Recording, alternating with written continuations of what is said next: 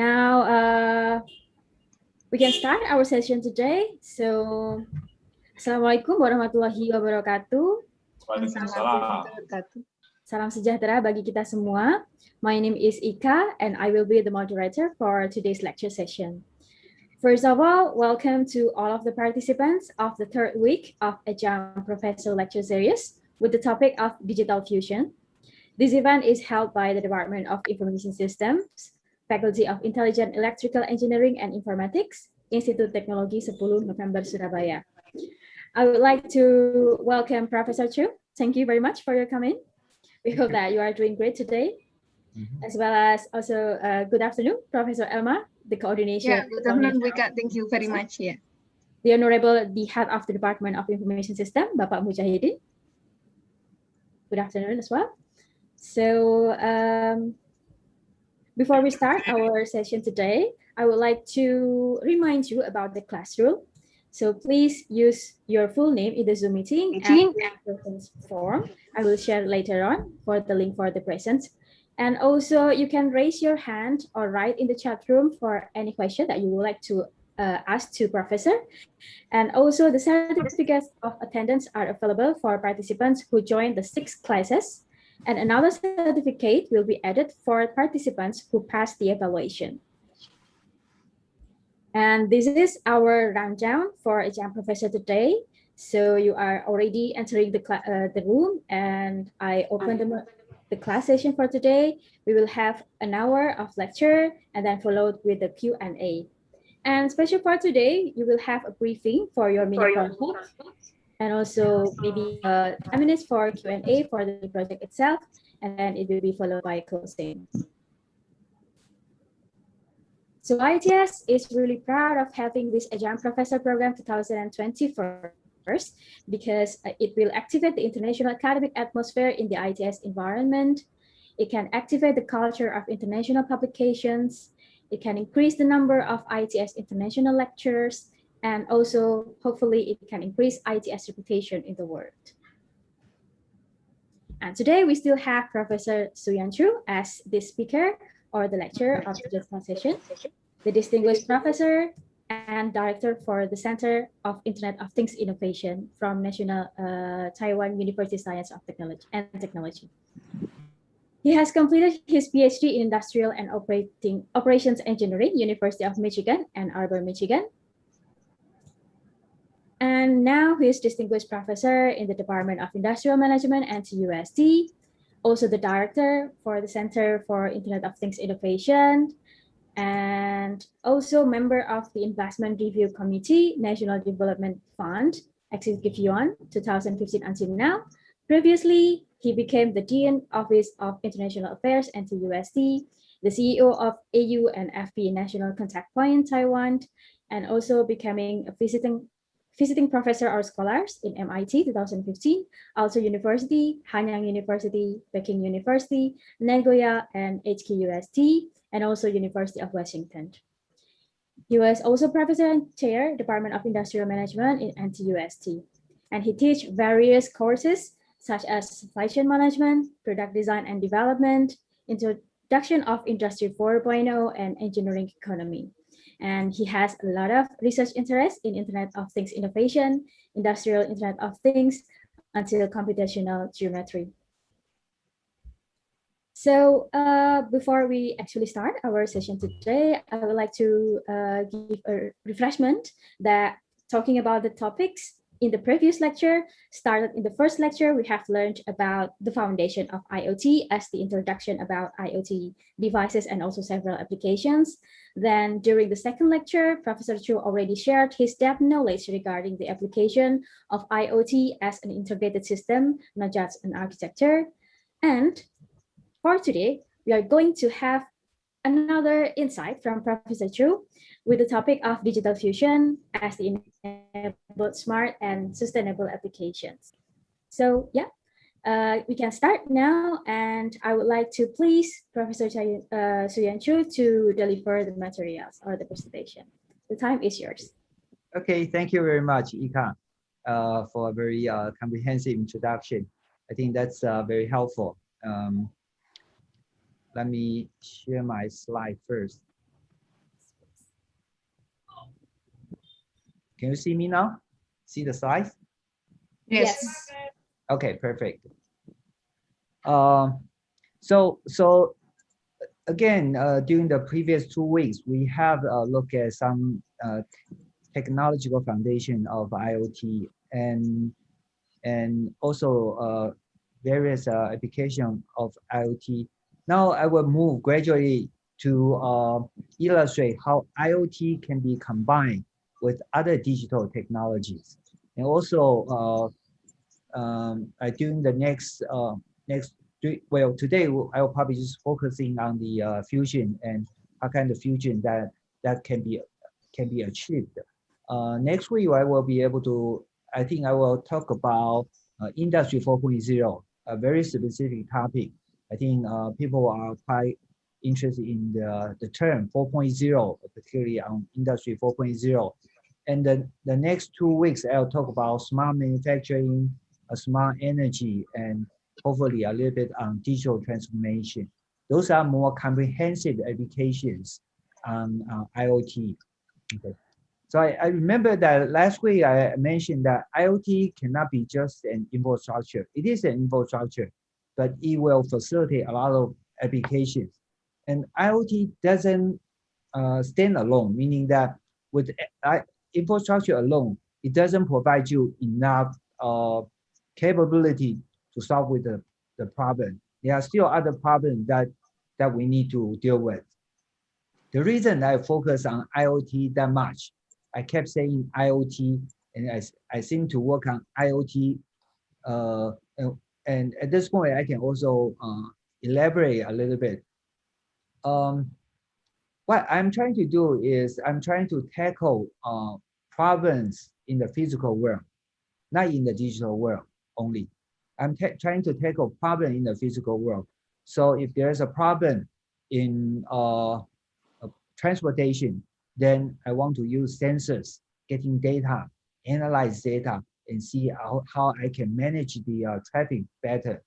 If there's a problem on electricity distribution, then again, the first thing that we need to do is to build up infrastructure, being able to sense and collect the data, getting the data, analyzing the data, and building up models. And sometimes we can use the model. Sometimes we also need to rely on real-time information so that we can react to the situation more precisely or more promptly. So IoT is the infrastructure that help me to get the data or help us to get the data so that we can find way to deal with the problem in the physical world. Okay, that's why, of course, in the digital world, there are also many different research that you can conduct.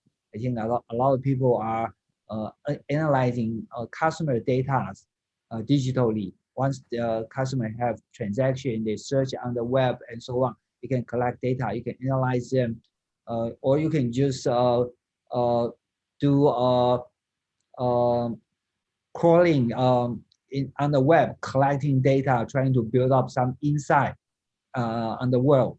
That is also, or that is up until now the main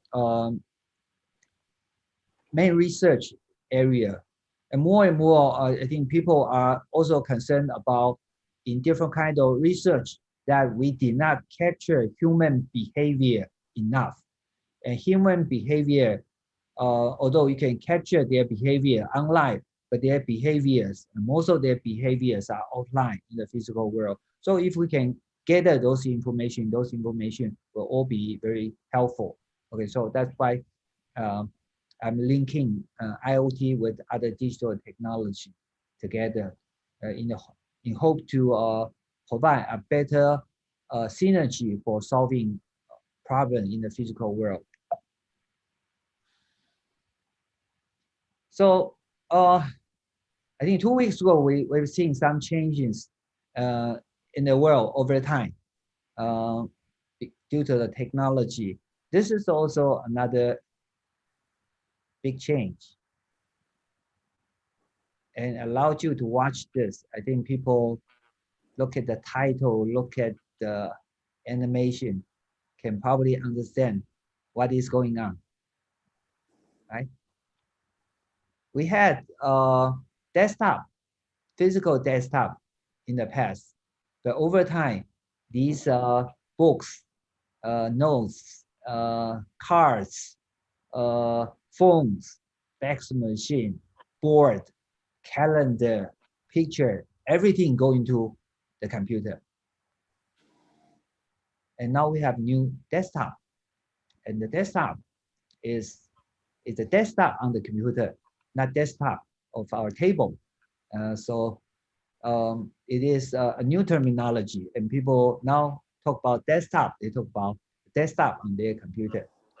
And in fact, more interestingly is we not only put everything onto our computer, now we put everything on our smartphone and carrying the entire desktop with us, and with lots of applications in the computer. It's a very good example of how we sort of take all the physical object, physical information, and convert them into the digital world. And so that we can utilize such information, we can provide more services with that kind of data. And if we want to look at the world right now, we are no doubtly being in a digital society now. If we look at the global population, roughly 7.8 billion, and about 56% of the people living in urban areas. But if we look at number of people are connected online, it's 60%. If we look at the number of people having mobile phone, it's 67%. If we look at number of people actively participating in those online community, it's 53%. I think digital world, digital system, digital world has attracted and connected more people than even the cities, right? That gather people. So with this kind of penetration, either connected with their computer or connected with their mobile devices or connected with their social network, the connectivity digitally. And we are able to connect all these people online. So we, in return, we can also provide all kinds of service to these people and provide all kinds of application to empower people. I mentioned about the change of the wealth, the change of the impact in the market.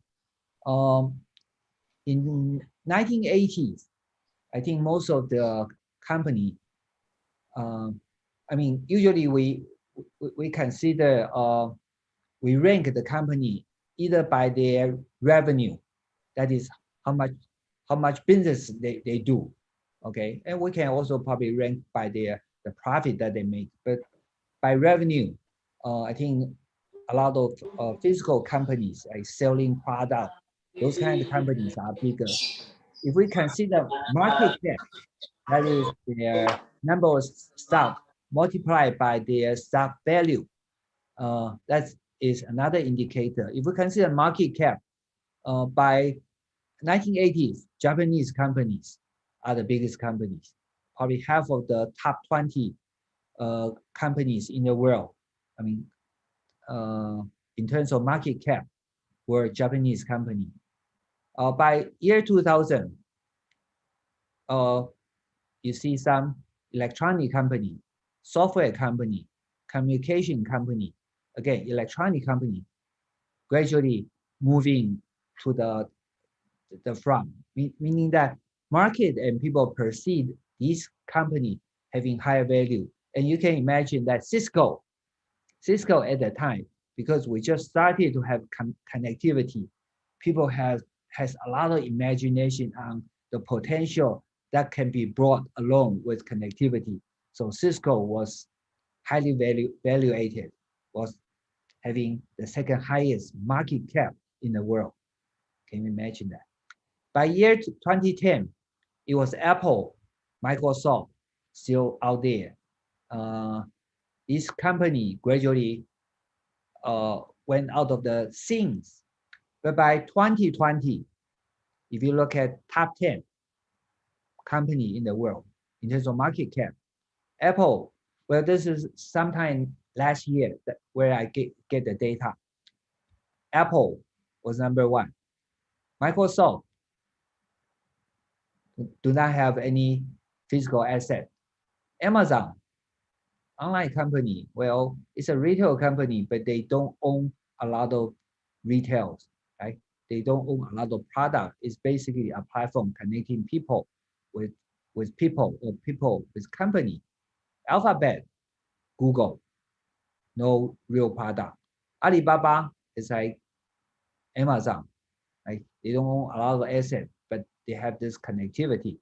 Facebook, no physical asset. Tencent, no physical asset. And people feel that they are even more valuable than huge company having tremendous amount of asset. Or TSMC is a Taiwanese company, is the largest semiconductor manufacturing company in the world. And yeah, TSMC last year became the top 10 company in terms of market cap in the world. So these are all related to either connectivity or IT system or semiconductor. It's changing, and the other two companies, one is Visa, one is Berkshire, is a investment company. Okay, that's how the world is changing. So even though we feel a lot of things are intangible, but if we connect them properly, it will generate value. However, I would argue that the world until recently is the digital world. However, it's powerful. It is a parallel world for us because we know very little about the physical world. We have digital world, connect everybody, and we know everything. When it comes to physical world, we don't know anything beyond the room, right? When it's outside, even next door, somebody who is outside at my door, I don't know. It's a little bit powerless unless we can merge them together, somehow utilize the reach of and the connectivity of the digital system. Otherwise, it's very difficult for us to manage the physical world very well. So Internet of Things will serve that purpose. And from Internet to World Wide Web to semantic web, I think a lot of you are with information management or informatics department, you probably understand the evolution from Internet to World Wide Web. Internet was basically IT devices connectivity. World Wide Web, we can say that is page connectivity. Page and page are linked together. Until we process them more and more, then we can come up with this semantic web so that data is connected to data. We are not just searching for pages, we are searching for information, we are searching for knowledge. Okay, that is very important. So data can be linked together so that relevant data and can be collected, integrated, provided the data in a structured, meaningful way to the user, so that we can have this semantic web. We ask a question, the answer is precisely what we want, rather than hundreds of pages, and we still need to screen them one by one. Okay. However, these are in the digital world, if you think of it. With Internet of Things, we are now connecting the physical world with the digital world. In the digital world, there are a lot of information about knowledge. And with the social network, there are also a lot of information about human connectivity, human interest, and so on. With the Internet of Things, we can get even more information from the physical world. I think after my presentation the first week, some students talk about the potential threat or the potential infringement of privacy and so on. That is true. There's two sides of the technology. One is if we utilize the technology correctly and on the good side, it will help us tremendously, not just on the environment, also on ourselves, on human, right? But if you use it wrongly and use it to create threat to others, later we'll see a lot of different things. I think a lot of technology, when they were just being introduced to the market, I think at first it will be abused. It will generate way too much hype. And because a lot of people do not understand the essence of the technology, they will be misled and took advantage of. But eventually it will come back to the norm, and more regulation will be ready to regulate the behavior of the technology. Okay, but Internet of Things, hopefully for some time to come, it will provide us enough reach in the physical world so that we can have those data helping us to manage the physical world better, and including human. Okay. Another thing which is, I feel that is still, I mean, maybe people did not look at blockchain this way, but another thing that I see in the digital world is digital world still has a lot of shortcomings. For one, in the digital world, data can be changed easily, right? If I have a physical cup, I said, this is cup, and I want to suddenly changing to something else. For example, changing to its coaster, I can, because it's a physical object. And if I want to have a cup without this ear, I can. It's a physical object. I just can't change it, right? But in the digital world, you can change it whatever you want. Although you can have some security mechanism, you can have security system, but once a person having the right access, a single person having the right authorization, the person can change the data. It's just very difficult to create. It's just digital. I mean, can change a tremendous amount of digital data with one click. So that's something hard to bear. Like in the digital system, everything seems to be so fine, but then you cannot prevent data being altered. And another thing is you cannot use basically in the digital world, in the digital network, you can only transmit data. You do not transmit value.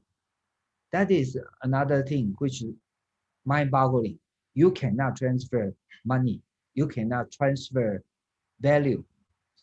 I think people will respond immediately. I can. I'm using mobile payment all the time. I'm transferring money, but I'm talking about transferring money directly. If your phone is not connected online and is not linked to your bank account, can you pay? In fact, what you are doing is you are not transmitting value, you are transmitting data.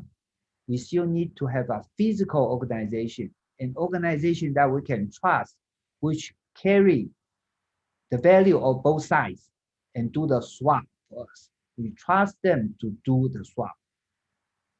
Okay, so in the digital system, we have this intermediary, we have this superficial barrier in the digital system. That's the current financial system. And a lot of data that you transmit to the internet cannot be trusted either. If you ask me to provide proof of my my employment, I can just send you email. I can send you a file, but can you trust that file directly? You know me, maybe you can trust me. But if you don't know me, how do you trust me? How do you trust that digital file is the authentic one? We can't. So that is also a problem. Not only we cannot trust the digital data, and we cannot, another problem is we cannot transfer money digitally, directly, online. So we have this constraint there. So what I'm going to do is quickly go through the internet. Then we move on to the blockchain. On the internet, this is probably you have already seen. Waiting for bus. Once you can see the bus, you can manage your travel a lot easier. And at home, you can also see that. You can even see how many people are on the bus. And with parking, I also mentioned about not only finding a location for your bus. I mean, before you drive your car to a certain place, you can, before you leave, you can know how many parking spaces still available. You can make your decision, or we can, of course, add more intelligent way of providing such information. When you get closer, you can see the situation and locate the parking lot more directly. I think a lot of cars on the street are circling, just trying to find the right parking. Okay, I think now in Taipei it's a lot better. At least I think 10 years ago, for many years, it takes about half an hour to find a parking space. It's very not only wasting time, it's creating a lot of pollution.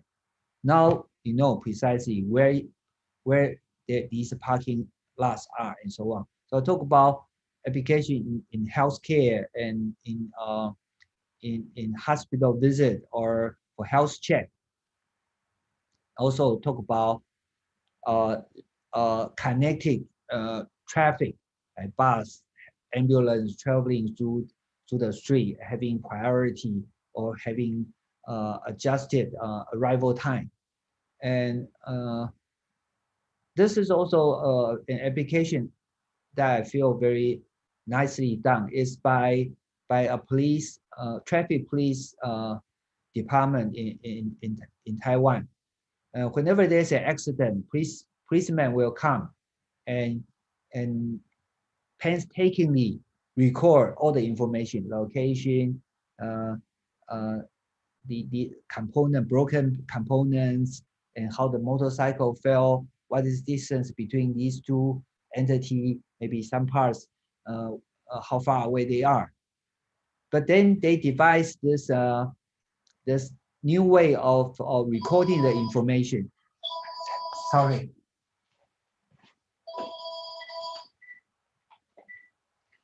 So basically, when there's a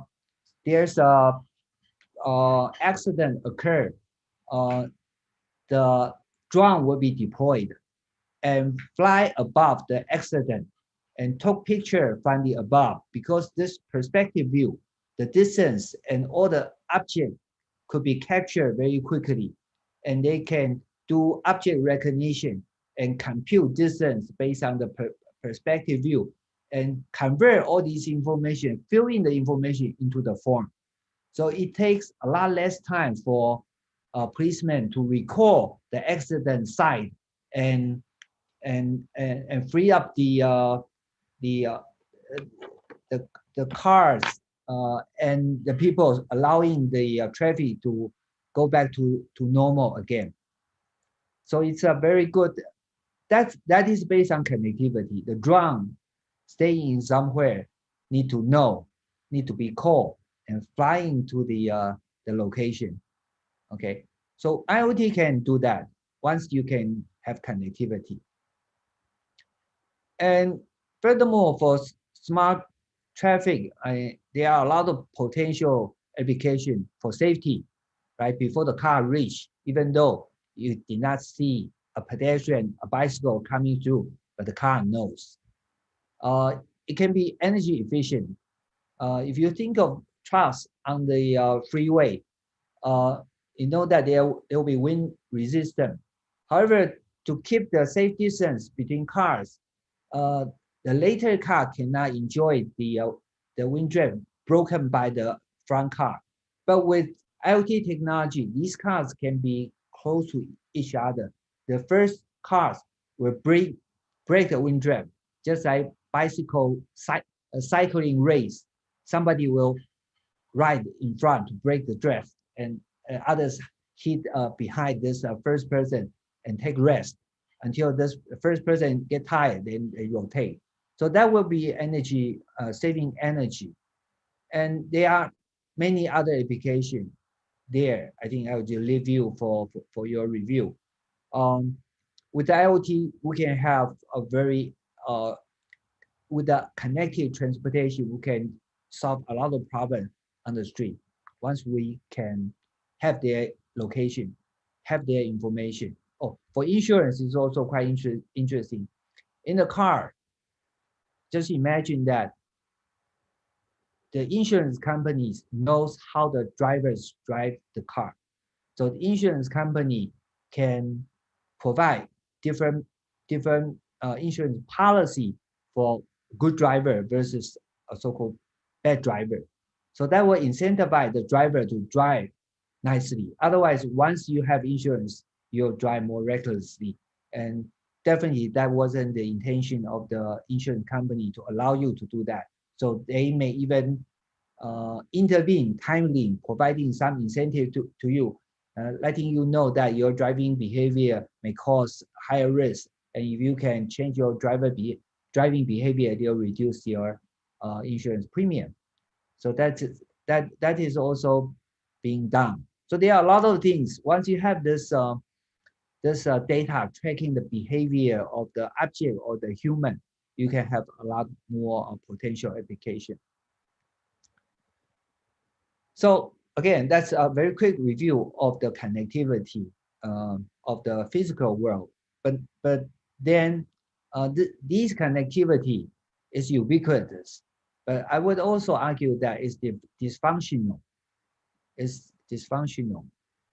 When World Wide Web was just developed, there were a lot of prediction. I think in the beginning they said, oh, once we have World Wide Web, for sure it will support a lot of knowledge sharing.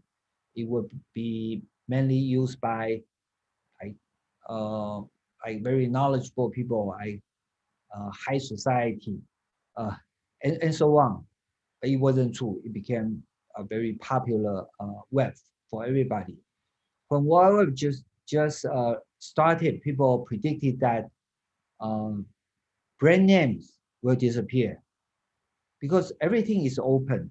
So when you look at their spec and compare their prices, because everything is transparent, then why bother buying something with brand, right? When you buy certain brands, it's because you don't know about how well the products are. So you can only rely on your trust on the brand.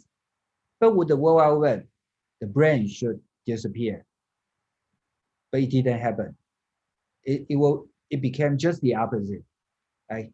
People look up on the web and see, oh wow, so this brand is really good. I thought I'm just buying it because the brand. I'm spending a lot of money for nothing. But after they make comparison, found out that it's not only having a good reputation, it also contains the best function. So there's this brand reinforcement effect. So brand name became even more important. So these are unexpected effects. Then if you think of a lot of events over the past 10, 15 years, people say that World Wide Web, internet is good because anything bad will be disclosed immediately. So when the government is suppressing people and do not allow them to communicate with the rest of the world, they can, because we can just take video and share it directly internationally. So there's different kind of revolution and allow the information flow out. And we say that, wow, it's good for democracy. It's good for people to get their rights. But it's just the opposite now, because internet is filled with fake news, fake identity, right? You don't know what you should trust. You don't really know what you should trust. Right? Every time you see all this information, and some information, because of the AI behind it, so once they detect that you like to see certain video, certain information, they kept feeding you that information, so that you feel that, wow, people all over the world think this way. Or wow, people all over the world think the way I think. Is not. It's just that they are feeding you the information that they think you want to know. So that is a danger, because of the centralized information dissemination. You get information from certain source. That source has AI or has their preference in providing you all kinds of information that they feel they want to feed you, or they feel that you want to see. So it's creating the world become more extreme. Like people on each side only see what they want to see, and they all think that this is that is the only way to go. So it's creating that kind of disparity. That is, again, because of the centralized system controlling the information and sharing the information. Okay. Usually I would joke to people and say that, do you want to allow me to brainwash you for 1 month? Every day you watch what I said and not doing any other thing, just watching me and listen to what I said. And for half an hour, I will provide you some financial incentive. I am for sure most of people will say no, because what I can offer is very minimal. However, if I ask them, how much time do you spend online every day? Some people 2 hours, 3 hours, and even more. I said, every day you are spending 2 hours, 3 hours being brainwashed for free. Because all those information are manufactured. It's not only changing our viewpoint, it's also changing our value system. And these major companies are controlling such kind of information globally. So we need to have a decentralized system just on the information side. And earlier I mentioned about in the current web or internet, we have a lot of superficial barrier. You have to go through them. Otherwise, you cannot reach the other side. We are connected online, digitally. How come we have to go through a certain third party to reach the other end? And if we want to transfer our ownership, how come we cannot transfer digitally? Right? We are calling everything in the digital world like digital speed. Right? Network, we can have the digital speed, but value transfer cannot be done. And ownership of value cannot be presented in the digital world. Ownership, right? I just cannot use my smartphone and just tell you that I'm who I am. If you don't know me, trust me, it's me. I'm doing this. I'm having how much money? I'll give you certain money. These are just data. These are the true, not real ownership. Your ownership are still recorded offline by many third-party neutral organizations. It could be government, it could be banks, it could be school, all these organizations. So there are a lot of problems on the web, even though we have the digital system, but a lot of things we cannot do. And there are a lot of threats to the progress of society too. So these need to be changed. I will only address a couple of issues, and then I'll talk about more positive issues. So if we think of it, the society functions on data, right? Today is the first time I see Ika. I don't know about her, right? Because this human relationship, because other professors also introduced her. So okay, as I said, I trust Ika is what she claimed to be. And what if we don't have this kind of connection, right? How do I know? I mean, globally, there are so many people. We're dealing with a lot of strangers. And how do we know they are who they claim them to be? So we don't know their identity, right? Unless there's something to prove. So we have ID, right? And people say that they own something. They own some intellectual property. Okay, that's their right. People have a lot of record, right? People, like, two sides will do business. Like, we can talk to each other. Unless we write down the contract, then it's gone. It's gone in the air. It's not there. So we need to write them down. And ownership. How do you tell people that you actually own this smartphone, or you actually own a car, or you actually own a house? How do you show that? It's based on data, but data not data on your hand. Data which need to be validated by third-party organization. A lot of them were government. For your credential, is basically the organization providing the credential, but that can present some risk. It could be some fraud. They can still issue you a new diploma after a certain year, unless you have a very tight system. Right? You think you have ownership, but I think there were cases where you go to your the government agency, you own a house, you want to sell the house, you go there, they say, huh? There are more than one person owning the house. So how can that happen? But because there are human in between. We sort of trying to use these third parties as the trust organization. We trust them, and these trust organizations are mostly managed by human, and we trust the organization will control the human, and so that the organization will be able to serve as neutral, unbiased third party. But the risk is still there. So we don't own anything. Everything that we own needs to be proven by others. And the way that we function in the society will be data. So we need to be able to trust the data.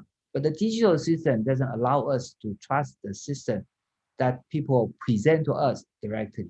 We still need to go to those third party to get the data so that we can trust. Okay, so there's a gap there. So when blockchain just came out in Economist, you probably know this magazine. It's a very good magazine, having a lot of interesting article. Every time there's a major issue, new technology, world event, they will have their article discussing about them. It's good, very intellectual magazine. Economist has a cover on blockchain. They call it the trust machine. So we are not trusting an organization run by human. We are trusting a senseless, like no emotion, no greed, no intention to be biased machine. The data that this trust machine provide us, we'll trust it. So if the trust machine is out there, everybody go to the trust machine to verify everything, right? It's out there in the open. Everybody can get it. So if you want to know how much money I get, maybe it's not it's not open in the sense that everybody can see it. It can still be encrypted, but it's out there. As long as a person having the right authorization, they can see directly. So they can see how much money I have. So that is the trust machine there. Everybody just go there. It's not in your database, my database. You want something, I pull out from my database. Without my authorization, you cannot see the data. I can alter the data too. It is out there, and it cannot be changed arbitrarily. It can only be updated to the mechanism. If I transfer the amount of money, or transfer the ownership to another person, it will be updated in the system, in the trust machine, and everybody can still go up to see, oh, okay, the ownership has been changed, and everybody trusts that. That is how it works conceptually.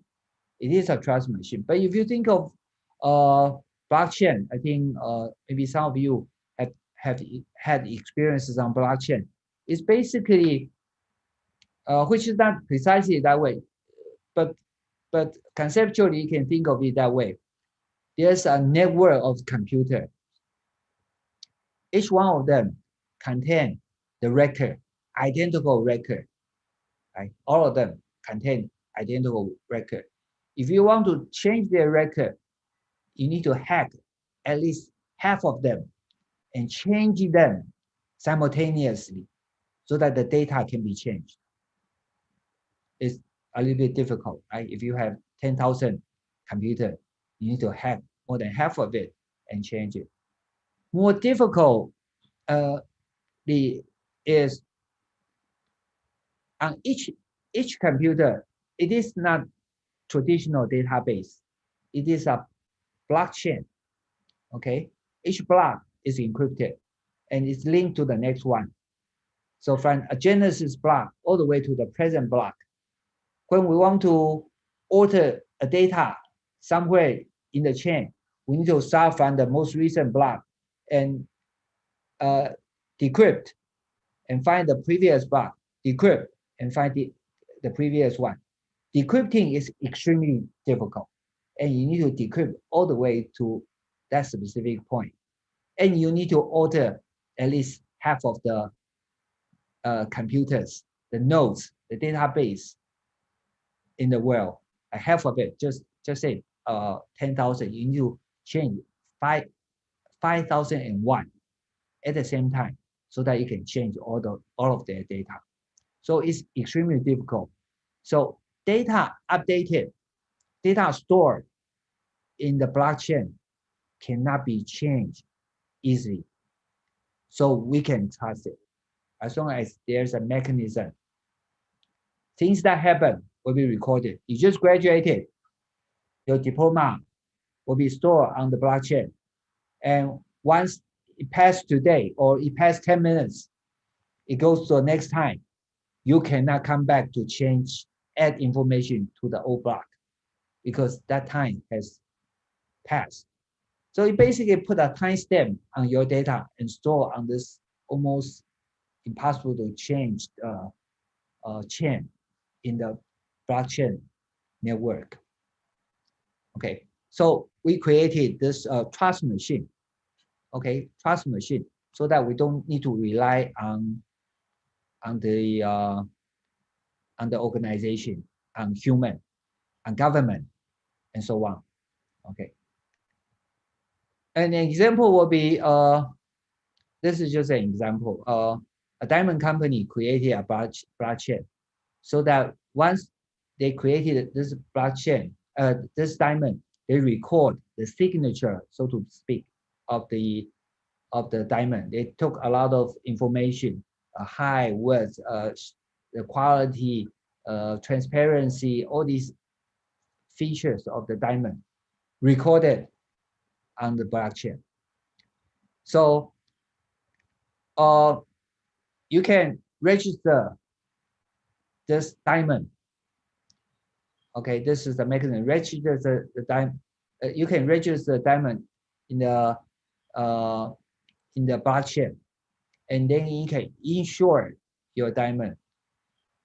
And the insurance company will check your ownership. If you do have the ownership, they will allow you to have this insurance. And if it gets stolen, you can report this, and they will process and pay you. If somebody stole your diamond, trying to sell it, again, people trying to buy the diamond can check on the blockchain because it cannot be changed.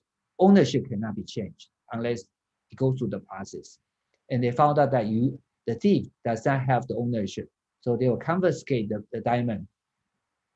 Okay, and the insurance company will reclaim the diamond back. Okay, so blockchain basically record the information that cannot be changed unless they have official exchange of the ownership. Otherwise, nobody can just go in and pretending that he or she has the ownership. That will prevent the diamond to be sold by anonymous people in black market. Another important development will be with the ability to record value online. We may be able to provide another way for presenting currency or maybe just money. So traditionally, in our society, we'll exchange goods, right? Because we don't produce everything, so we use goods to exchange goods. But then it's not that convenient. I mean, not want the goods that you have. So they have this so-called commodity money. That is, well, in the past it could be shell, seashell, right? It represents certain value. So I give you the shell, I take your fish. Later on, you took the shell to buy pork, which I do not have, but others may have. So it serves as the currency or just commodity money. And gradually, people use more valuable metals to create currencies, like metal, coin money. Until recently, central bank creates this sort of fiat money.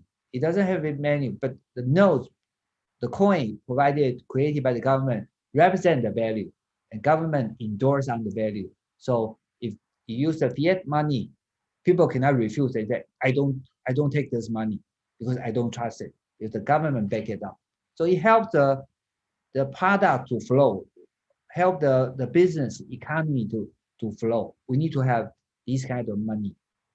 Okay.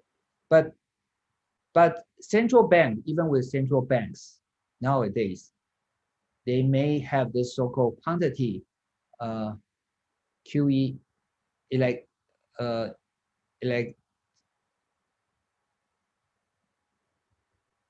elasticity, okay, meaning that easily issue a lot of money. So it will create all kinds of financial problem, economic problem for the country, even with central bank. So historically, in fact, there were a lot of debates on this issue. Probably you know that Keynes, he's focused more on planned economy. He feels that the government should have the power to decide what to do, because he doesn't feel that allowing individual companies trying to make the best out of them, and all of them together will make the economy moving smoothly, correctly. But Fredrich Hayek, who is also a very famous economist, he has just the opposite idea. He feels that the money, in fact, doesn't have to be issued by the country. So Keynes, for sure, want government to have control to issue the amount of money, and does the balance, does the planning, because government has the power, has the knowledge, and so on. But Hayek think that it should based on market mechanism, right? We can even have private money, which is a little bit difficult to understand, right? But he thinks that just allow market mechanism, good money will become the major currency. Then we can just follow. Okay. These are the two mainstreams, but there are also Milton Friedman, also a very famous economist. He even designed an automatic mechanism to issue number of currency. So not only currency can be done by anybody, the amount of currency that should be issued should be based on a fixed mechanism, not by government or a politician who want to issue more, who want to issue less. Usually it will be they want to issue more. They just print money so that they can do a lot more things, right? So Milton Friedman even come up with such kind of mechanism. This is the basis of the cryptocurrencies in blockchain. So in blockchain, you can create certain currency, but the currency cannot just suddenly grow. It will need to go through certain effort so that it will generate more, and you can create a cap, or you can allow them to grow in certain way. Somebody need to contribute certain effort so that money they will obtain the money, or we will create the money. It doesn't come out magically, just like printing money. Okay, so blockchain basically follow such kind of philosophy, and there are some very famous computer science, basically from Byzantine general problem, all the way until recently, until I think some of you may know, Satoshi Nakamoto created this Bitcoin blockchain, basically having this cryptocurrencies for transaction. Okay, so cryptocurrency right now is creating tremendous impact in the world, and still people cannot position the value of cryptocurrency in the current economic system because it's intangible, but it is supported by this trust machine, and it cannot be altered easily. And if it does contain value, it cannot be changed easily. Okay, so it is still possible that we can find such kind of system. Like Bitcoin is a very interesting, and to me it's still a little bit strange. But some of the coins are associated with the certain currency, so that it's more stable. But Bitcoin, one day it can fall by 10%, the other day it rise. So I still don't think that it can be currency. But right now, because of the usage, as I said earlier, by Fredrich Hayek, he said any individual, private company, they should be able to come up with their own currency. And based on the market mechanism, whichever provide more value, people will use them. We don't need to regulate them. So that is probably the foundation for supporting cryptocurrencies in the blockchain system. So as I said, in the past, okay, in the physical world, we can do transaction directly. We can transfer value directly. We may go to a third party. But in the digital system, in fact, without relying on this third party, we won't be able to transfer value digitally. We cannot. With blockchain system, it will be just the opposite. We can do everything directly. We don't need to go to the third party. So that is the value presented by blockchain. One thing that I want to emphasize is Bitcoin. Okay, Bitcoin is not equal to blockchain. Bitcoin is just something very limited. Bitcoin, even for Bitcoin blockchain, Bitcoin is just cryptocurrency out of Bitcoin blockchain. Even with Bitcoin, Bitcoin should have a lot of function, like financial function, but we are now using Bitcoin as just for its transaction purpose. Okay, if you look at this, there are many different blockchain. Bitcoin blockchain is just one, and Bitcoin blockchain has a cryptocurrency called Bitcoin. Bitcoin should support a lot of use cases, but now we are only using it for transaction, like transferring money. People will use real money to exchange for Bitcoin and transfer the Bitcoin to the other end. The other end may still use it, or the other end will convert Bitcoin back to the current fiat money. So it's very limited. Blockchain has a lot more usage. China has just recently come out with this digital currency and e-payment. So it is not the kind of e-payment that we have in mind.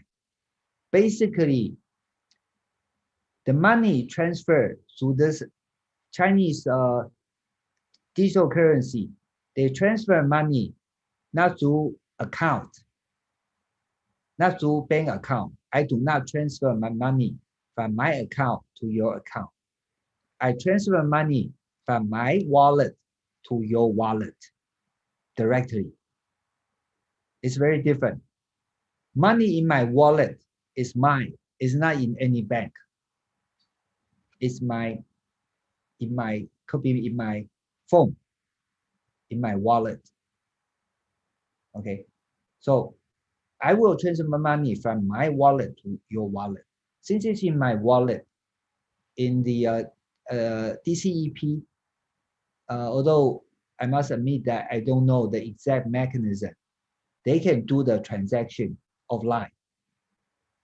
So I can, if I see you, we are all both offline. I want to pay you, I can just pay you digitally, not through the transfer from the account. There's a big difference. And there are many benefits. So in China, People's Bank of China will keep the exact amount of the money and issue this digital currencies and use this digital currency, get this digital currency to commercial bank. Commercial bank can allow individual to have this digital currency. They can exchange. Okay, they can exchange, and because it's issued by the government, meaning that such kind of payment cannot be refused. You cannot refuse to accept such kind of money. It's also a very interesting concept. However, it is not really a blockchain cryptocurrency, because basically People's Bank of China can still trace all the flow of the money. Commercial bank cannot. Okay, so it's a sort of still centralized and with a lot of the decentralized system, and it will support the switch from having a centralized bank holding all the, if we are going to do it digitally, instead of a centralized organization doing it for everybody, now we have a decentralized system, a semi-decentralized system to allow this money to be transferred directly. Okay, again, it's not I and you exchanging data, and the money, the value is exchanged by the account. Money doesn't transfer from account to account. It's from my wallet, right? Digital wallet to your digital wallet. directly. My digital wallet is can represent how much money that I have, how much value that I have. I sort of establish the true digital ownership of value, and I can transfer them directly rather than going to the third party. It has a very significant meaning on transaction and cash flow. And there are many other application and services that we can get from blockchain. I mentioned that we can represent ownership, establish true ownership, right? Because here I'm holding something. I say this is mine, and I sort of get hold of it. But if you want to sort of record such kind of information in the digital world, you cannot just having that information with you and say that proves it. You need to still have a third party to do that. And third party, in fact, they can establish whether or not you have that ownership. You do not really have the ownership. Okay, the bank said that you don't have the money. You don't have the money. The government say you don't exist. You don't exist. Right? If a airline membership point, if the airline company say no, you cannot transfer the point to another person, you cannot. But those are yours, right? How come you cannot do that? I'm just giving you some simple example. And also, a lot of these verification process in the physical world can be reduced. I think in the school, every year there will be a lot of students applying for the school. They will apply for their transcript, their diploma, their financial statement, a lot of things, their records, and get those records and send them to us.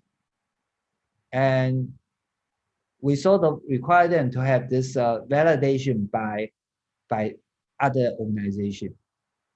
But with the blockchain, if all these information are recorded on blockchain out there in the open, as soon as the student authorizes us to access the information, we can go there to check. If they are there, we can trust those information. We don't need to have this repetitive application on all kind of document from different organizations. We can always go to the place where the document, the proof has been recorded. And I think IBM also think that the IoT and blockchain will be a very good mix, because in IoT, we talk about machine-to-machine communication. So when one machine provides information to another machine, triggering the activity, how can we authenticate the information was from the rightful source? So with blockchain, of course, with other mechanisms, but with blockchain, that can be easily resolved. Right? We can just using PKI system to deal with that. So with blockchain on IoT, we can build up an internet of distributed autonomous things, allowing things to work together autonomously, but distributedly. Also, people say, okay, we have this e-payment to Apple. We have e-payment to the banks. We have all kind of e-payment. Oh, so cryptocurrency, blockchain cryptocurrency is a new money on the internet. In fact, it's not. It's a new way of connecting the value together. So it's a new internet of money, value, and ownership in all forms. It's a new way of connecting these value together. It's not just connecting the devices and still going to the third party. It's connecting these value directly together. And there are also other functions. I think financial inclusion means that even if you don't have bank account, you can still transfer money to blockchain. Okay, a lot of people have no access to bank account. A lot of people have no access to financial services in the world. And in blockchain, this is also what people want to provide. Anybody having access to the internet. Earlier, we have shown a lot of people are connected by their computer. A lot of people are connected through their mobile phone, right? Numbers are even higher than the number of people living in urban. So definitely we will be able to provide them this, allow the people this financial inclusion so that they can also utilize the benefit of the financial system and all the other functions. And there are some myths. Having said about a lot of good things about blockchain, still need to emphasize that blockchain is not better than traditional database, particularly if you don't need to use blockchain. Okay, there's a trade-off because computation effort is quite high. Blockchain is immutable or tamper-proof. No, because blockchain and also it's not 100% secure. Blockchain, if you have more than 50% of the nodes being breached, they still can change the data, right? As I said, it's very difficult.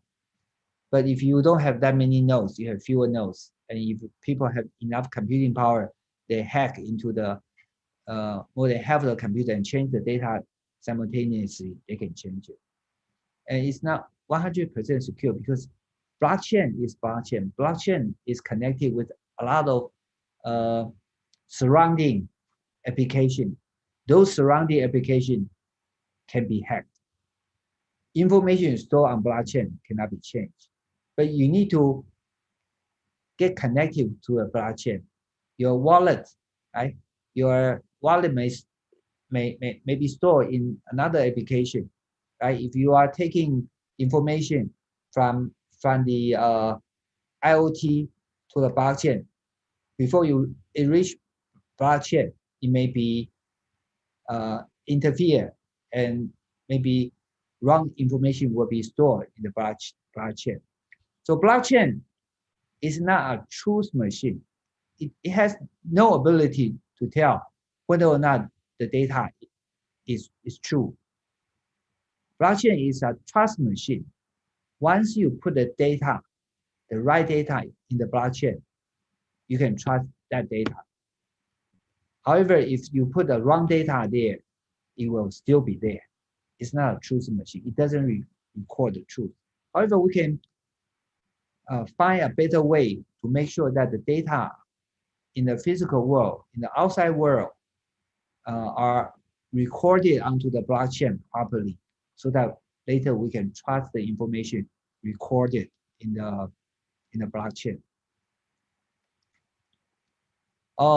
We don't need to use blockchain.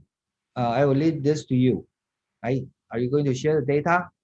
Okay. Do you have multiple entity like access the data? Okay, maybe you can consider. If you are not, were you not having any update on the data later? Yes, okay, we can consider. So following these steps, you can check. To the right, if you look them carefully, basically they all say that, oh, okay, then you can use a traditional database, or you can use some other way. You don't need to use blockchain. It's not that blockchain is the magic medicine solving all of the problem. Blockchain still has significant trade-off. Computing computing resources consumed by blockchain is tremendous. I think people are still not, at least for Bitcoin, is consuming a lot of electricity. I think right now Ethereum, their newer version, may consume less. I think people are still thinking of the balance, how to find the right balance so that we can ensure the trustability of the blockchain, but not consuming that much energy. Okay. And there are different applications, and here for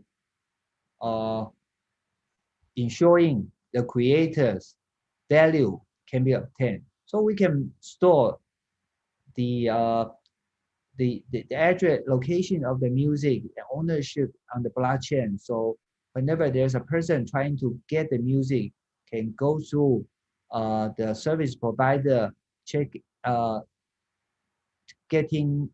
reaching the smart contract, allowing smart contract to transfer the money to the creator and providing relevant information back to the service provider, allowing the user to obtain the music. Okay, a lot of these mechanisms will be like this, particularly with the smart contract. Smart contract is just like a contract, but again, once it's on the blockchain, it cannot be changed.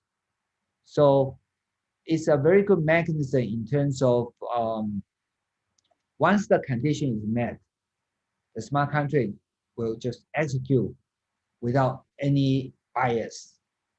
There's no human involvement. So with the smart contract, you will ensure a lot of automation process, ensure the cooperation. Like if all of us want to do some cooperation together, we created this smart contract with the condition all of us agreed. And then we can have faith on the smart contract and the blockchain system.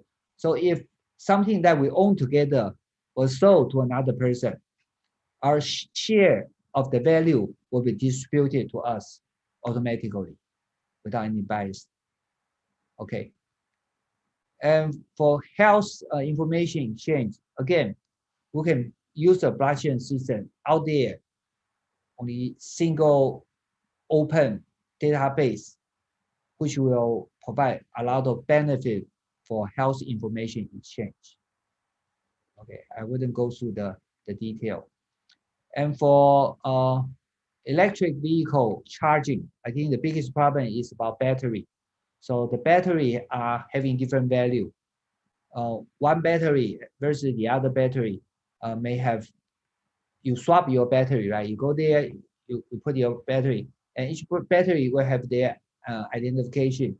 And every time you do the swapping, every time you do the charging, all this information will be recorded on the blockchain, so that people cannot fabricate their battery having certain quality.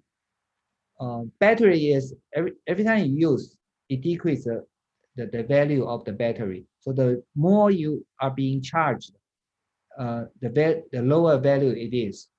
So if your battery and the new battery having different electricity, that has a value difference. And also the quality of the battery itself themselves have difference. So once this information can be recorded on blockchain, blockchain can automatically allowing you to swap the battery and using smart contract to compensate on the side who lose money during this swap. Okay, that's what blockchain can do. In supply chain, you can also track the information, particularly temperature information, which may be tempered. If we have a system sensing the information and providing the information to the blockchain, and later the information cannot be changed, it will go directly to the blockchain. Also, a lot of time you want to know the process of in the supply chain. Again, all these processes can be recorded onto the blockchain, so that the blockchain will have the unchangeable history of the supply chain. Every time there's a problem occurs, we can go back to the blockchain and track the information there and resolve the problem. Okay, otherwise it's very difficult. I mean, people are arguing about time, arguing about event, arguing about not existing things. But once these information are recorded on blockchain, we don't need to rely on other agencies to come back to search through the database to try to validate the situation.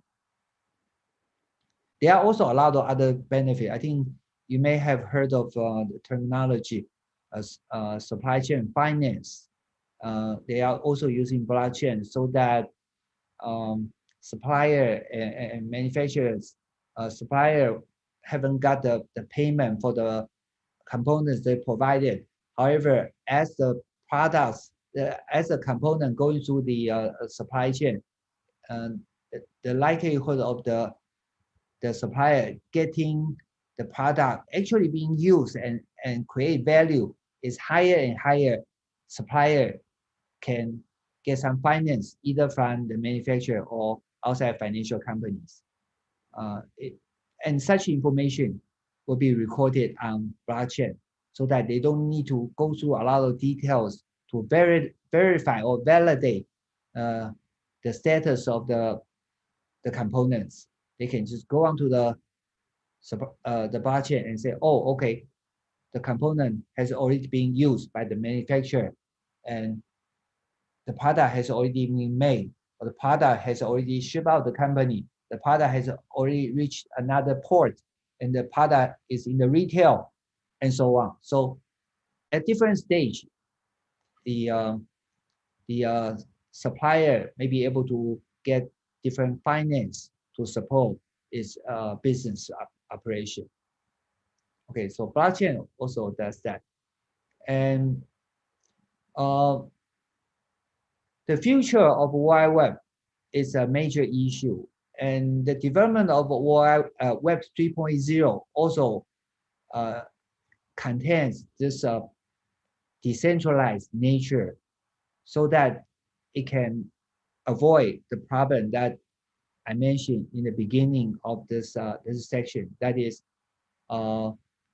fake news, because of centralized, I mean, Facebook only feeds you the information that you want to know, right? Even YouTube, because last year I was watching a lot of American presidential campaign.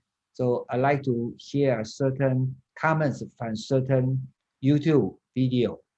And gradually, they sort of stream all these are relevant, like people taking the same side of the video of the opponent.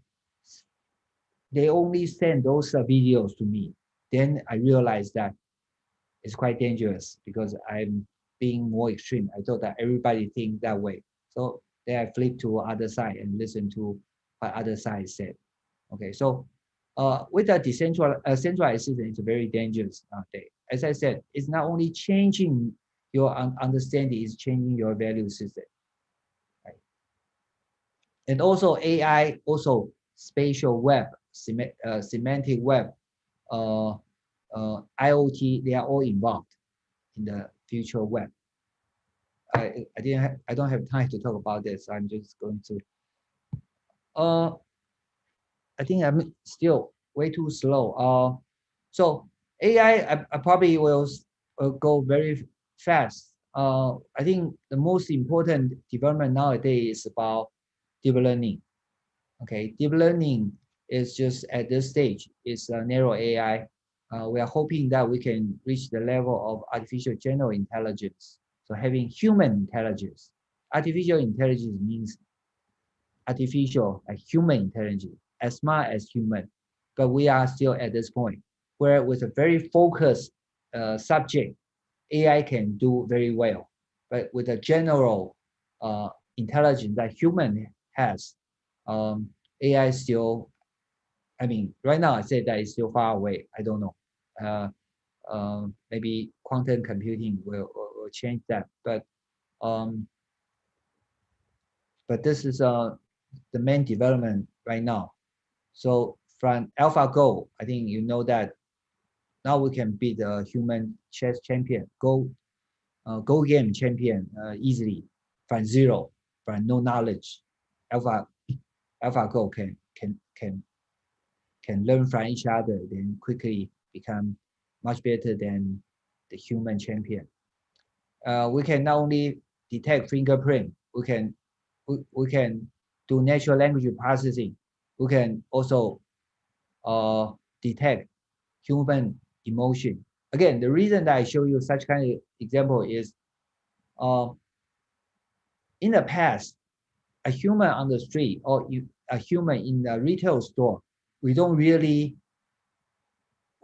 really capture any information. We can know that, oh, somebody came in, somebody go out, and they pay, we know, oh, what they bought. But in between, we don't know too much about the behavior of the human. The behavior of human meaning that the person may be strolling and seeing some clothes and take it out and having some expression and put it back, or the person, the expression does reflect the person's feeling or perception on the product. Such kind of information can now be captured. So there are a lot of AI, edge AI, particularly in a lot of stores, catching all kinds of information, trying to understand customer from the physical world as much as possible, hoping that such information can be integrated to their transaction information so that they can better improve or better understand, improve their service or better understand customers. In our lab, we are doing this video information processing.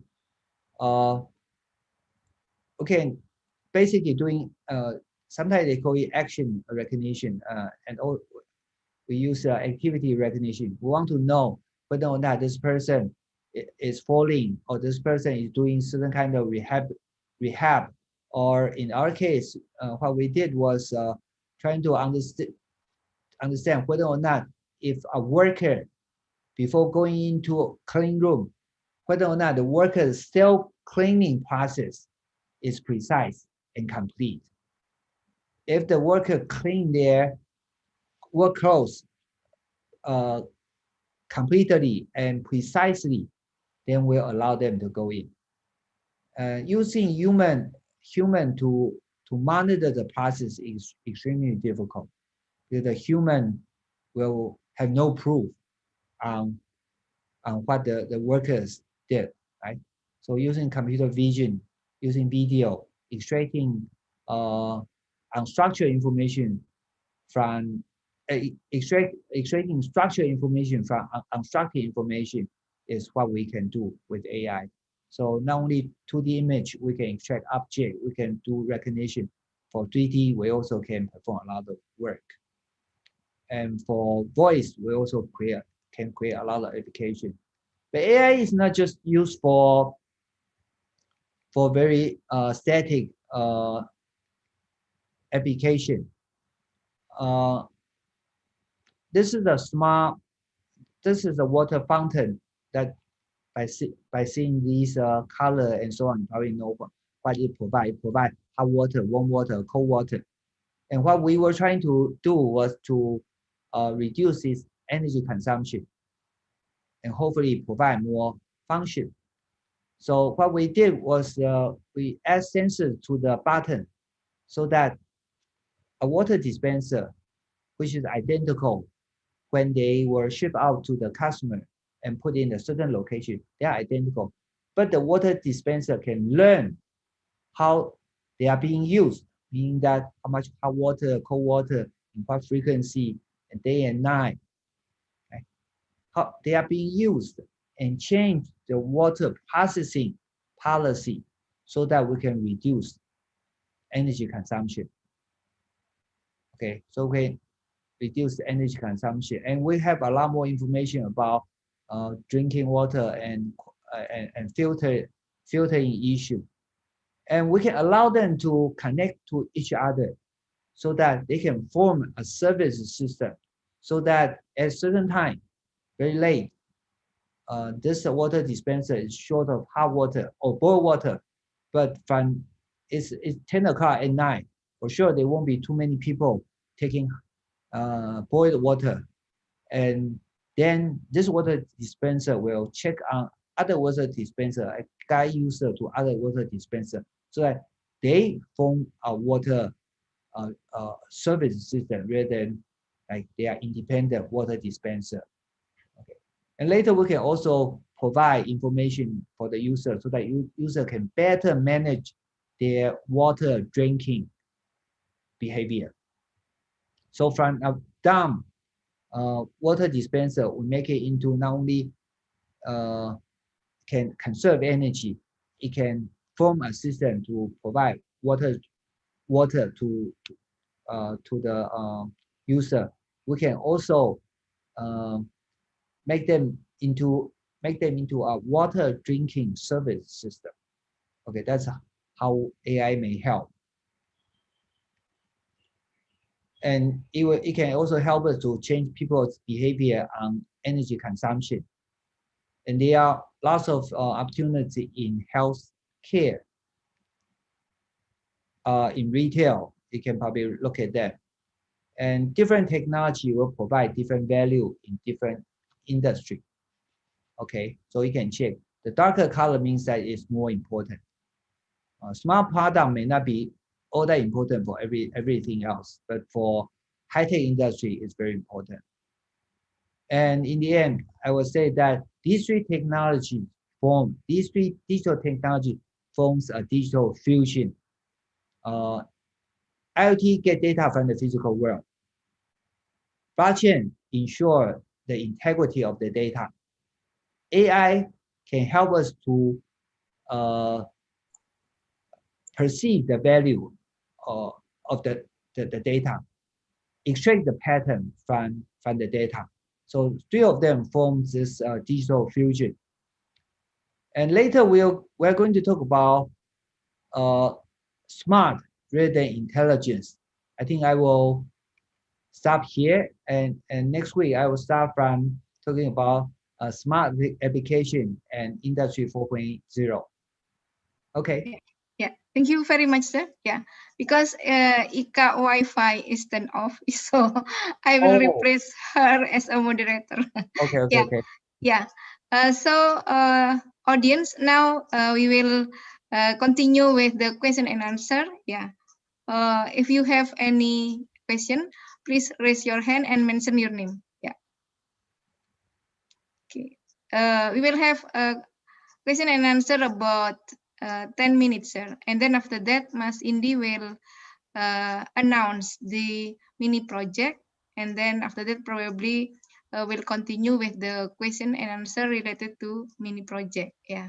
Okay. Yeah. So sorry, sir. Ika is back now. No, I see Bu Ika. Okay, Bu Ika. I will deliver the session to you. I will return the session to you. Yeah. Yeah, okay, thank you, Bu Erma. Yeah, okay. You're welcome. Have you finished the presentation, Professor Chou? Yes. Yes, okay. I have finished. So now, okay, thank you. So now for the audiences, is there any question about the materials that I have delivered by Professor Chou? You can raise your hand, or maybe you can write your questions in the chat room.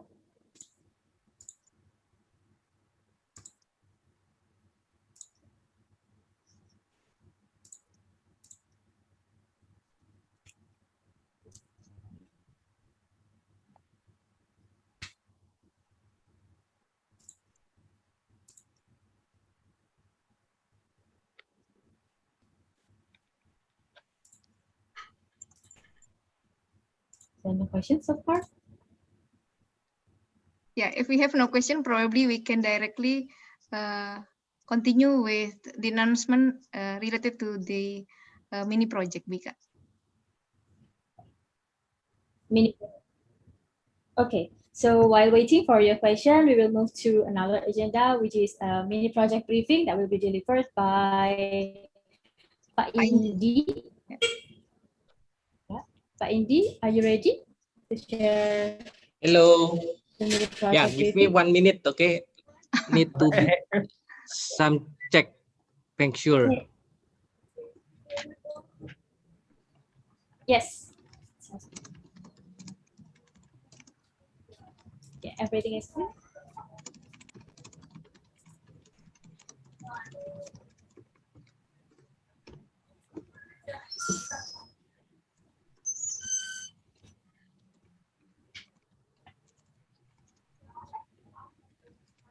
So because blockchain is a very big area. I also gave a talk on blockchain some time ago. It's very interesting. Maybe the way that I presented is not clear enough. I strongly encourage you to look into blockchain.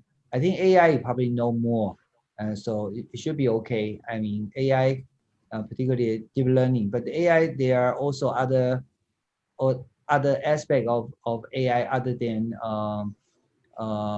deep learning, and IoT. I think I have provided a lot of cases. I still have a lot of cases, but then these are just applications, just after application. So I just leave you to explore. Just want to emphasize that these are all related to data. IoT is getting data.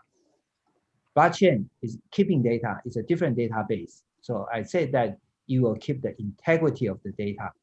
AI is helping us to dissect the data. Otherwise, data are just data. We still need to. So AI, sometimes I say that AI deep learning clearly is a classification tool. You can also say that deep learning can help us to convert unstructured data to structured data so that we can further process the information. And basically, three of them combined together, then we will be able to deal with the problem in the physical world much better. I'm always focusing on we are living in the physical world. We are trying to rely on the digital system to help us to better manage activities in the physical world. However, we need to get data. We need to make sure that the data can be trusted, and we need to be able to understand the data, create value from the data, so that it helps us to make decisions. Okay. Going back to you. I think Indy is be ready. Yeah. Thank you, sir. Yeah. Thank you, Professor. Okay, I will share the screen. So I will stop sharing. Yes. Okay.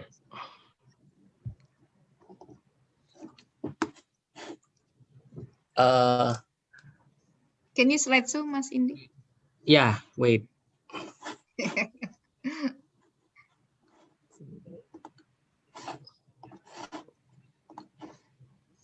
Okay. Yeah. Hello, everyone. Good afternoon. My name is Indi. I'm Professor Chou students. Today, I would like to explain a little bit about our mini project. Okay. So for this mini project, let me invest. Okay, for this mini project, we will create like some we want to use some technology based on what Professor Chou already presented. So this is like how if we try to solve some problem in the real world case and using some technology like IoT, AI, or other technology, so we can try to solve that problem. Or this is what we call IoT enhanced enable service. So also maybe we can like propose some like new services, like for example in the past we know that like it's sharing economy, or maybe like a Gojek application or Grab application. Maybe based on your experience you can have like another very good services also can be proposed. So this is like all mini projects should be close to the market and practice as possible. And for the services, it may include like healthcare service, logistics services, transportation, factories, enterprise, or maybe like kind bit of like smart cities. Okay, so like for example, now maybe for the COVID pandemic, maybe in Indonesia we struggle with like a vaccination process. Maybe with our some technology that presented by Professor Chou, we can give some solution to help government to maximize the vaccination process. For example, like maybe in the next months we will get like Pfizer vaccine. It need to be stored in the very cold storage. Maybe based on the technology, we can offer like a cold storage logistic using like IoT to make sure that like temperature in the storage can be measured or can be monitored, something like that.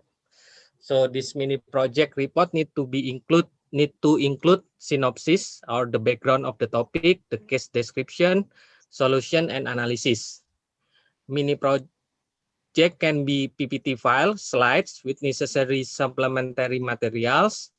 It is encouraged to use a more dynamic and lively format. So maybe if you want to put like video or maybe like animation, you can also put in your slide.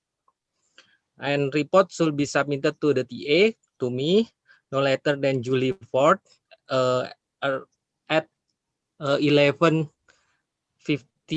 p.m. West Indonesia time. So mini project should not be just presentation on an academic paper or report. It should be an investigation of practical issue. The project outcome should involve discussion and analysis based on the concept and tool learned in the class. Mini project will be done in self-organized group. It's consisting of up to 5 students. So maximum like 5 students. Okay. And this is the link for submission. And please put your team's member information like name, student ID, department, and faculty in one slide. So maybe in after the titles page or title slide, you can put your name, student ID, department, and faculty, because this is also include with the exam. If you done this project, so you will get like a certificate, like Professor Erma. Yeah. So Thank you. if you have any question, please contact me by email at the first by email. Then if you want to use WhatsApp, I will give you my phone number in email. But first need my email, or you can ask the moderator, Miss Ika, to give my number. Because if I put my phone number in here, it's quite dangerous nowadays. Yeah, Mas because Indi, in Indonesia, you know, like based on our phone number, they can, yeah, that's very dangerous now in Indonesia if we put our numbers, our mobile phone numbers in like a public slide or something like that. Okay, so you can ask by my email first, then I will give you my WhatsApp if you want to discuss using WhatsApp or Telegram. Okay, so based on this one, any question?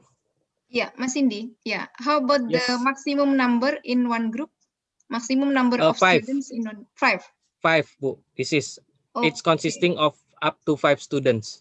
Okay. Yeah. Thank you so much, Mas Okay, Indi. so Yeah. like if we have like 50, maybe around 10 slides, so or maybe 100 student, it's around 20, so it's still okay for me to check the result. So the presentation, Yes. to examine the presentation. Okay, any question? Yeah. If Do the you have student any need to question, present the PowerPoint? no need to present, No only need the to present. slide. So Okay. I will assess based on the slide. Yeah. So maybe in the next, I will give some the rubric, the score rubric, so Yeah. everyone know which one they need to emphasize. Something Yeah. like that. Yeah. Okay. Thank you very much, Mas Okay. Indi. Yeah. Yeah, you are welcome. So you will return this session to Bu Ika. Bu Ika, are you monitor? Yeah, I will give to Miss Ika, and also I will send this presentation to you and Miss Ika. Yeah. Okay. Thank you indeed. Yeah. Yeah, thank you, Prof. Bu Ika, are you monitor? Sepertinya Bu Ika koneksinya putus, Bu. Jadi mungkin Okay. Yeah, Bu Raras will replace as a moderator, right? Okay, we are sorry for the technical problem. no problem. It's common in Indonesia, Prof. Okay. Okay, so I will be the moderator for temporary. Is there Okay. any question to Professor Chou or Mr. Indi regarding the materials or mini project?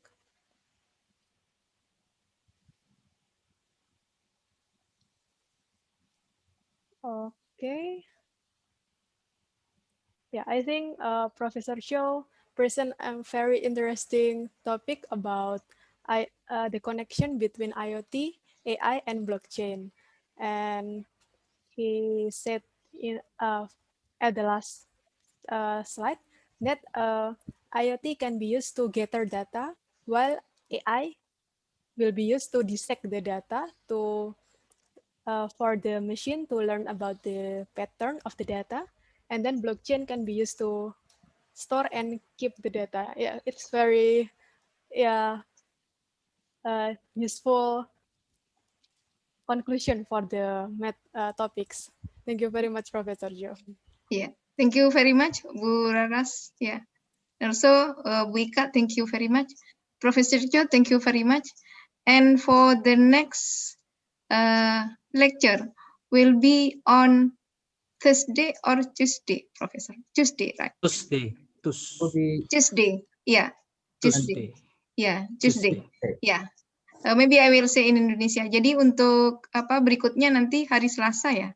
Jamnya jam 3:15 sampai dengan jam 5:45 ya, seperti biasa. Hanya harinya saja yang geser ke hari Selasa. Ya. Ya, tanggal 15. Ya. Ya, tanggal 15 Juni ya. Okay. Because at that day we have a project final report, so that time I cannot change. Yes, sir. Thank you very much, sir. No problem, no problem. Yeah. So, yeah. Bu Raras, you can close this session. Yeah. Okay, thank you very much for Professor Chou for the interesting topic. And then thank you very much for Ms. Erma Suryani, who's the leading for the Adjunct Professor series. And then thank you for Mr. Indi, and then Mujahidin. And then also thank you for all of the participants today. Maybe before we end this session, we can also do a photo session. Yeah.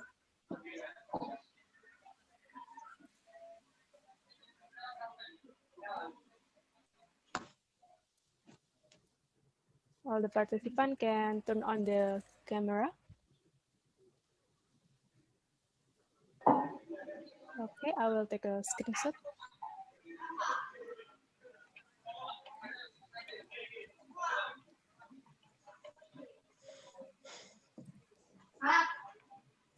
Okay, thank you very much. Yeah. Thank you. Thank you very much, Professor. Mas Indi, thank you very much. Ya, Bu Raras. Ya, sama-sama, Bu. Ya. See you next week, sir, on Tuesday. Yeah. Okay, thank you. Thank you. Thank you. Yeah. Bye. See you next week. Prof. Okay, bye. Bye. Yeah. Terima kasih banyak, Prof. Thank you very much. Yeah. Thank you very much, Bu Raras. Yeah. Oh, okay. Okay, bye. Bye.